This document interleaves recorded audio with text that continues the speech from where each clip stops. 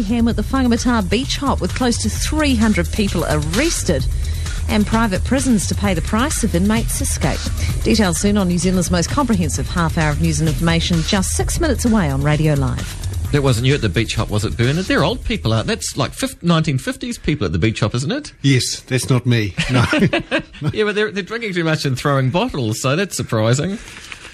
That's not you or me.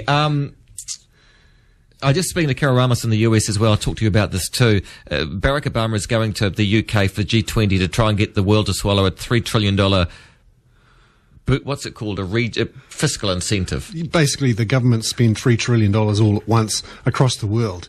And he's doing his bit for that by flying a fleet of planes to Britain. I hate to look at his carbon footprint. I mean, he's taking... where would they park them all? He's taking billions of dollars of planes. Oh, there'll be some massive US airbase just outside of London, which nobody knows about. He'll fly them there. It'll be on Google Earth. That's right. That's right. We can all look for it. Yes, and he's going there with all the G20 leaders to come up with the solution to the global financial crisis. And his solution, which means that you've got to think there is a solution. Well, he thinks there is.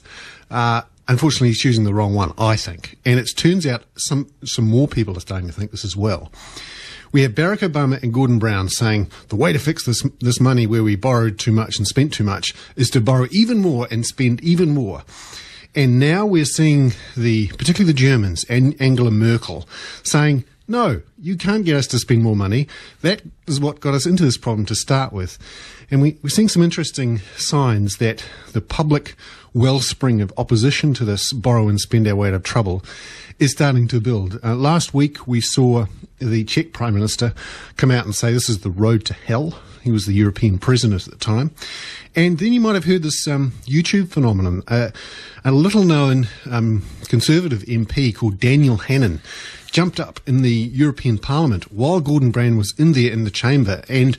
A British, yep. Yep, and basically said, you are bankrupting my children, stop it, we can't afford it.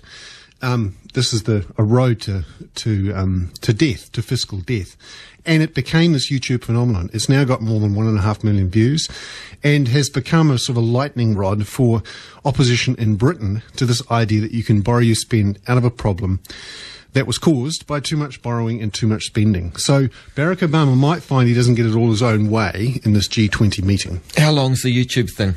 3 minutes. Just Google. We'll try and play it between 7 and 7:30 this morning as well too. So Daniel Hannan. Okay, we'll play that. So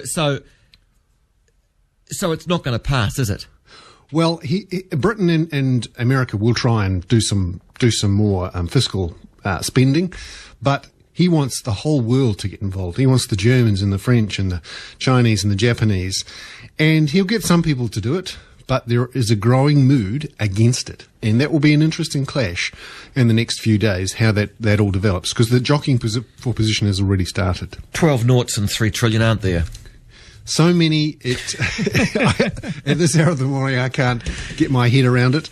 And that's the problem. A lot of people in the bond markets are saying, the bond market vigilantes are saying, that's too many noughts. Yeah. We can't afford that. And you do that, you're going to inflate your way out of trouble.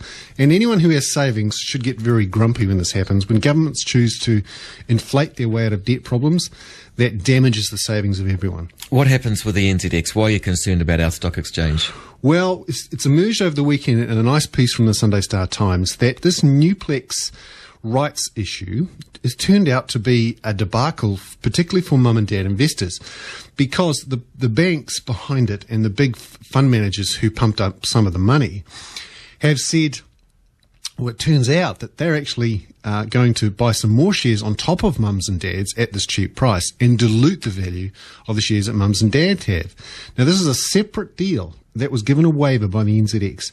And it just, again, brings back these ugly memories where small investors got ripped off by big investors on the NZX through lax regulation. And I think there's some questions for the NZX. Where does this hark back to? Were you talking about in 87 or were you talking about Actually, more recent times? This was more in the early 90s. Okay. There was a couple of examples where small investors, because they weren't in on the deal, got cut out. So the NZX is only as good as its reputation, and its reputation is actually diluted with situations like this. Well, it had improved under Mark Weldon in the last 4 or 5 years. But this is a bad example, and the NZX needs to look at it closely to see whether or not they should have given a waiver for this special deal on the side. Weldon does all right with his options, though, doesn't he? In fact, the NZX shares the NZX are doing all right. He's certainly making sure that NZX is profitable, and he's done a good job in getting the thing back on an even keel after it looked like it was heading for inevitable takeover by the Australians. But the basic question is the NZX is too small, and the way that it's performed over the last year or so has been poor. And you and I aren't great fans of shares anyway. No, no more bolters. Peter Hickey, thanks very much. It's 7 o'clock. Here's Hillary with the World at 7.